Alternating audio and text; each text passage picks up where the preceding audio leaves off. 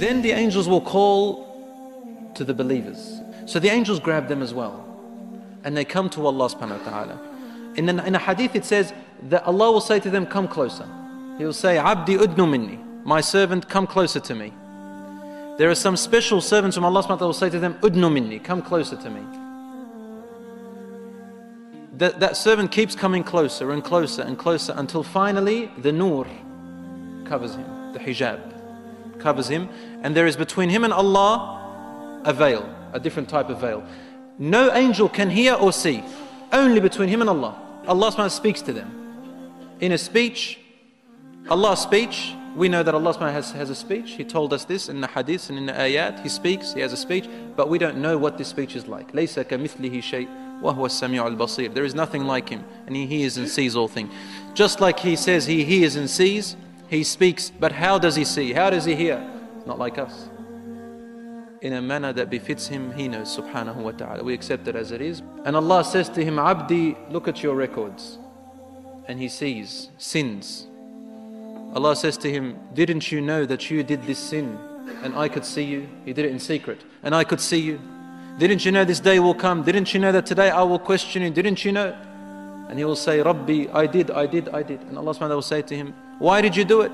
Finally the servant will say, oh my Lord, for you to throw me into hellfire is easier than to judge me and me standing before you with this sin.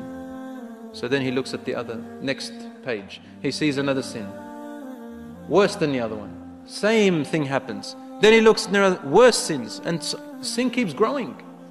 And this poor believer is sitting there saying, my Lord, in the end he says, Khalas, I'm actually going to hellfire. My deeds haven't been accepted. I've done all these wrong deeds, and that's why my good deeds have been invalid. So when he is certain that he's going to end up in hellfire, Allah says to him, Abdi, you know how you kept it a secret in the former life? He says, yes. He said, why did you keep it a secret? He says, because I was ashamed of my sin, my Lord. He says, Satartuha alayka fid dunya.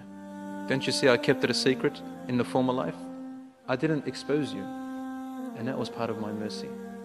وَالْيَوْمَ أَسْتُرُهَا عَلَيْكَ. And today I will keep it a secret. I will not expose it. In one other hadith, Allah subhanahu wa ta'ala says to some of them, you knew a fault of your brother and you covered it. Today I will cover yours. He turns the page and he sees his first good deed. Then he turns and sees a better deed, and his deeds keeps growing. Then he turns back and the records are empty.